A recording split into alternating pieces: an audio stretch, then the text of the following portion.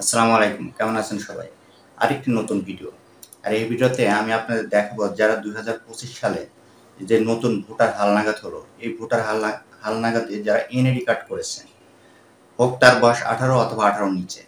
তারা কিভাবে তাদের যে তথ্য বা তাদের যে স্মার্ট কার্ড, তাদের যে এনআইডি কার্ড সেটা কিভাবে চেক করবেন অনলাইনে সেটা আমি এই ভিডিওতে আপনাদের দেখিয়ে দেব। তো চলুন আমরা দেখে নেই কিভাবে আমরা চেক করতে পারি যে মোবাইলের মাধ্যমে অনলাইনে আপনার তথ্যটা আপলোড হয়েছে কিনা বা আপনার এনআইডি কার্ডটা রেডি হয়েছে কিনা।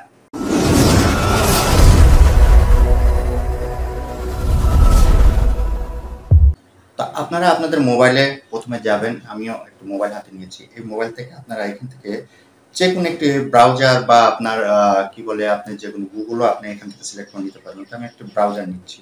এখান থেকে আমি ক্রোম বাজারটি নিলাম কারণ আমার মোবাইলে ক্রোম বাজারটি আছে সেজন্য আমি ক্রোম বাজারটা নিলাম। ক্রোম বাজারে আমি কি করব, ট্যাপ করে দেবো। ট্যাপ করে দেওয়ার পরে ক্রোম বাজার চলে আসবে। এখন এখানে সার্চ বারে গিয়ে আমরা লিখব এনআইডি, লিখে আমরা সার্চ করে দিই। সার্চ করে দেওয়ার পরে দেখুন আমাদের যে এনআইডির যে অফিসিয়াল সার্ভারটি আছে বা ওয়েবসাইটটি আছে সেটা আমাদের সামনে চলে আসবে। এখান থেকে আমরা ১ নম্বরে যেটা আছে অর্থাৎ এই যে এটাতে আমরা কি করব, ট্যাপ করে দেব। ট্যাপ করে দিলে আমরা এখান থেকে এনআইডির যে নিজস্ব ওয়েবসাইট আছে সেখানে চলে গেলাম। এখান থেকে একটু আমরা এই সাইডে একটু খেয়াল করে দেখি।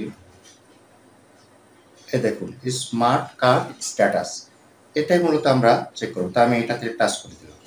টাচ করে দেওয়ার পরে এখান থেকে আরেকটি নতুন ওয়েবসাইটে নিয়ে যাবে। এটাও এনআইডির সাইট, সেখানে আমরা চলে যাব।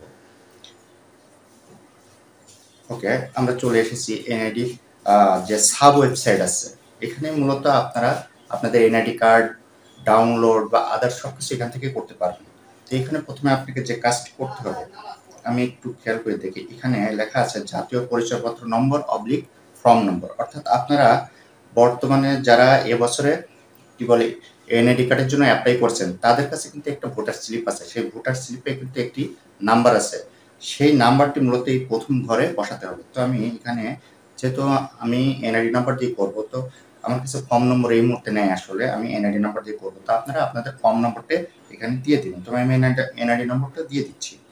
এনআইডি নাম্বার যখন আপনি দেবেন, এনআইডি নাম্বার দেওয়া হয়ে গেলে আপনাকে যে কাজটি করতে হবে সেটা হলো এখান থেকে যে জন্ম তারিখ, প্রথমে দিন দিবেন, প্রথমে দিন, এরপরে মাস, এরপরে বছর দেওয়ার পরে আপনারা এখানে একটা ক্যাপচা আছে, একটু দেখাই। এই দেখুন এখানে একটা ক্যাপচা আছে। এই ক্যাপচাটি আপনারা নিচে এই যে ছবি প্রদর্শিত কোডটি প্রবেশ করুন, এখানে আপনারা এই ক্যাপচাটি লিখে দেবেন। তো আমি ক্যাপচাটি এখানে লিখে দিচ্ছি। যেভাবে আছে আপনারা কিন্তু সেভাবে লিখে দিবেন। তা আমিও সেভাবে লিখে দিলাম। লিখে দেওয়ার পরে এখন দেখুন নিচে আরেকটি অপশন আছে সাবমিট। এই সাবমিটে আমরা কি করব, ট্যাপ করে দেব। ট্যাপ করে দেওয়ার পরে দেখুন আপনার স্মার্ট কার্ড এখনো মুদ্রিত হয়নি, অর্থাৎ আমি স্মার্ট কার্ড কিন্তু এখনো পাইনি।